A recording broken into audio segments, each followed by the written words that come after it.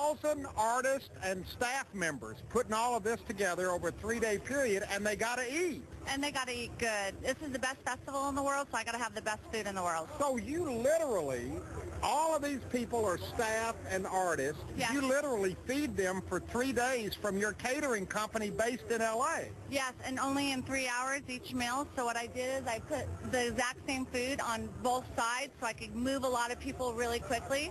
Service with a smile and great food. And these guys have been telling me, fellas, what were you just telling me, because I was eating lunch with you, that you look forward to this food every year. Yeah, it's the best part of the show, as a matter of fact.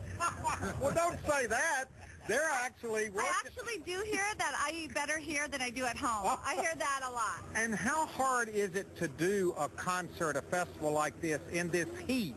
Okay, that is a really good question because it is very demanding. I mean, the heat, the elements, the dust. I mean, you just got to be so careful and take all the necessary precautions to make sure that everything is on ice, and then if the ice melts, redo it, and things are in the refrigerator that need to be in the refrigerator, and then things are protected from the dust. I mean, it's a really challenging situation.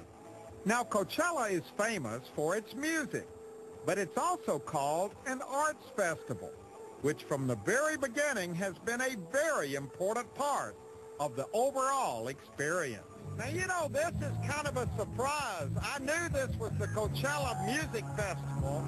I wasn't really sure about the arts part of it, but from the very beginning, this has been a music and arts festival, hasn't it? Absolutely. I mean, we really feel the art is what signifies the difference between each year and each festival around the world. So each year we try to have it evolve as much as we can, and we can always tell what's different from each year to year by what we have. My God, is this new? Well, this is brand new, and in fact, this was not even what was planned. It was like, you know, a collaboration between so many artists. It wasn't plan A, it wasn't plan B. It's like plan like Zeta Alpha /6. Well, what is this? Well, what happened is we had some problems with the wind, but it just became this really amazing thing where they started to find these great things where we didn't want people to climb up, so they blocked the climbing, but they created art with it. So every problem that we had found a new solution. And it's bamboo? It's bamboo. And is this a local thing? The bamboo's from Bolivia, and actually the artist is a teacher from RISD, and he actually went down to Bolivia and harvested himself, put it on a container ship, and had it come out here. He treated it so that it was good structurally, and then came out here and built it. Now, I don't even know what to say about this. This is a huge piece of sculpture, and it looks to me like it's 2 trucks.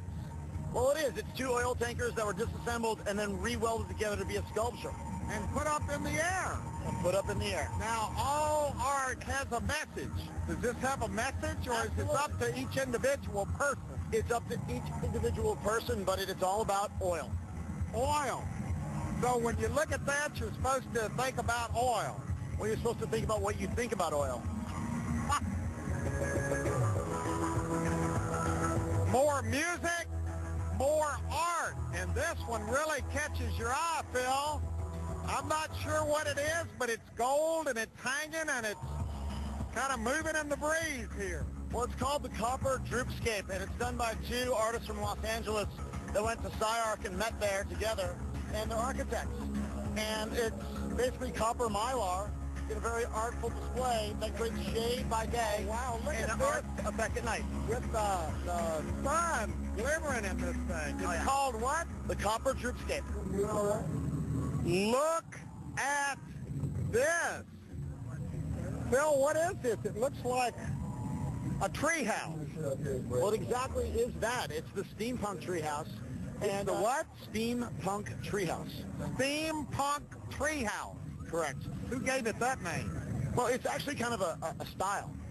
It's a bunch of artists that really go after the kind of almost pre-turn of the century time frame where it's Jules Verne, kind of H.G. Wells. Yeah. It's kind of like the highest technology of like 1890s. Now, has this been here before? It's never been here before. It's the people I met a few years ago, and I've always wanted to have them out here because the style, as we get closer, you're going to see is very well fashioned. Yeah. We're going to go up, and you're going to see this amazing amount of detail upstairs. We can go up? We can go up. Wow, this is great. Look at this, though. The tree house, we've got the keys. No. have the key? I have the key to the treehouse. You got to figure out which one it is. And you got to open the lock. Let's go.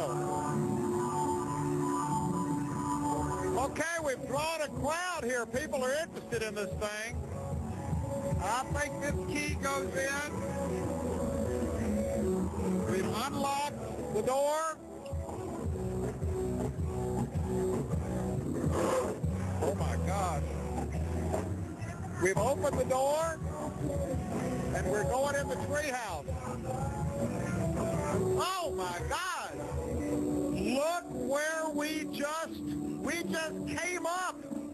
That big, well, that's not a stairway. That looks like just some steps on the side of a pipe. But look where we are up here. This was worth the trip, Phil. Come over here. We're going to stand out on this little balcony. Boy, what a perfect view of the stage.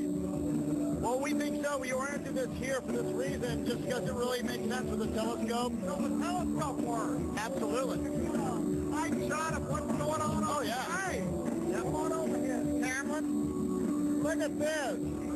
Because you see the stage out here, and then look right over here. Here's another one of these huge art installations that we haven't even visited yet. Boy, this really gives you a vantage point. And then come on over here, Cameron. Look at this. This is another whole view out here of what's going on. This really gives you a perspective of Coachella. Does this open up? Yes, it does. Let me show it. The detail all around here is amazing. Look at that. Oh my God. Wow. Lots of little ones. And as you look around, there's always some new ones. Is this created by California artists? Absolutely. It's a bunch of different artists from the Oakland area. Wow. This is just wonderful. Look at this. Now this is the way to see the concert up here from on top of the treehouse. I can stay up here all day. Now this is interesting. The performance, one of the performances has just ended on the main stage, so now people move over to one of the other 4 stages on the festival grounds. But look over here. There's always something going on. Boy, this is colorful. Phil, let's walk in here. This kind of grabs your attention. Everybody wants to have their picture made right here. Yeah. Howdy, ladies. Another beautiful day in Coachella. And look at this. Look where we're going. Oh, my gosh. When you walk in here, Phil, I don't know whether the camera even picked it up, but there's a whole nother energy level in here. What is this area called? Well, you know, a lot of the art we try to have is a different environment, and this really takes it to the next level. This is a different environment. It's a whole different immersive art piece within the festival. So this is not music, this is art. I mean, this is an art piece. It starts